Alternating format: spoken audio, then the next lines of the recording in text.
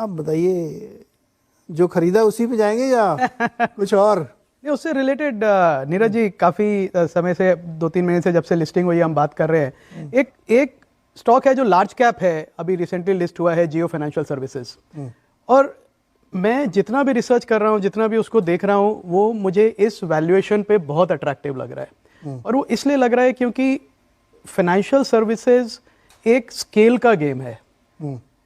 अगर आपके पास स्केल है, बड़ी बैलेंस शीट है, तो आप टैलेंट जो हायर करते हैं वो टॉप टैलेंट हायर कर सकते हैं आप टीम बनाने के लिए। दूसरा, आप जो टाई अप्स कर रहे हैं पार्टनर्स के साथ, म्यूचुअल फंड्स के साथ या इंश्योरेंस कंपनीज के साथ, या फिर अपना बिजनेस बढ़ाने के लिए ओईएम्स के साथ जिनको आप फाइनेंस करना चाहते हैं कंज्यूमर ड्यूरेबल में, वो एक स्ट्रेंथ बहुत बड़ी है। बैलेंस शीट की स्ट्रेंथ है। आप फिजिकल डिस्ट्रीब्यूशन बना सकते हैं, टेक्निकल डिस्ट्रीब्यूशन, डिजिटल बना सकते हैं, और साथ में आपको एक ग्रुप का बड़ा प्लेटफॉर्म मिल रहा है।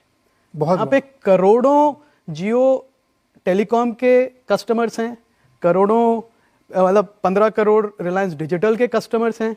तो आप लिटरली उनको इमीडिएटली ऑन कर सकते हैं। और एनबीएफसी के थ्रू ये बिजनेस करना भी आसान है। और 1.25 लाख करोड़ की मार्केट कैप है, जो रिलायंस का ट्रेजरी स्टॉक भी है, जिसको कुछ लोग, मुझे समझ में आता क्यों उसको वो पूरा वैल्यू नहीं देते हैं एज बुक वैल्यू। मेरे हिसाब से तो वो बुक वैल्यू है, क्योंकि उसके अगेंस्ट 5.5-6% पे, अभी ऐसे रिलायंस ने बोरो किया 7.49% पे, तो उस स्टॉक के सामने भी वो बोरो कर सकते हैं। उस cost of capital literally bank के साथ मैच करती है वो। राइट। तो इतनी single digit cost of capital पे आप लेंडिंग करें, लेंडिंग के प्रोसेसेस आपके बहुत बड़े दिग्गज बैंकर्स बना रहे हैं, तो आपकी जो लॉस रेशियो है, क्रेडिट कॉस्ट है, वो भी कम है, और आप स्केल अप कर रहे हैं using technology, price drive down कर रहे हैं। तो मुझे लगता है ये स्टॉक जो कि अभी करीब मेरे कैलकुलेशन से 1.5 टाइम बुक वैल्यू पे चल रहा है, अगले साल इसी समय जब हम अगले संवत में डिस्कशन करेंगे, मुझे लगता है ये बहुत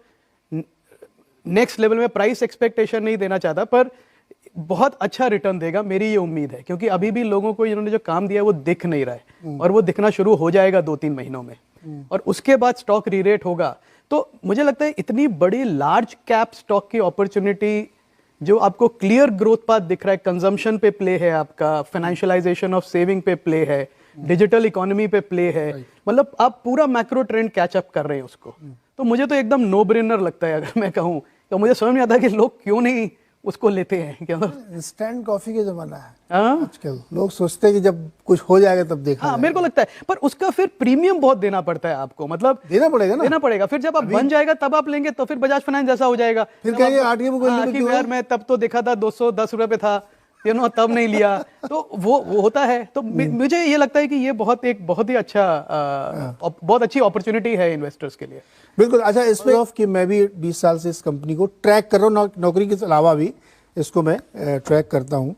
ये एक ऐसी अपॉर्चुनिटी है जो आपको वाकई 2-3 साल बाद पता चलेगी कि आज ये जो आपको दिख रहा है जियो फाइनेंस, वो 3 साल बाद कुछ और होगा, फिर आप कहोगे कि तब क्या था ये। इससे मैं आपसे एग्री करता हूँ, लेकिन ये कोई भी डिसीजन आप अपना सोच समझ के लीजिएगा। तो जियो फाइनेंशियल्स हो गया, अभी 4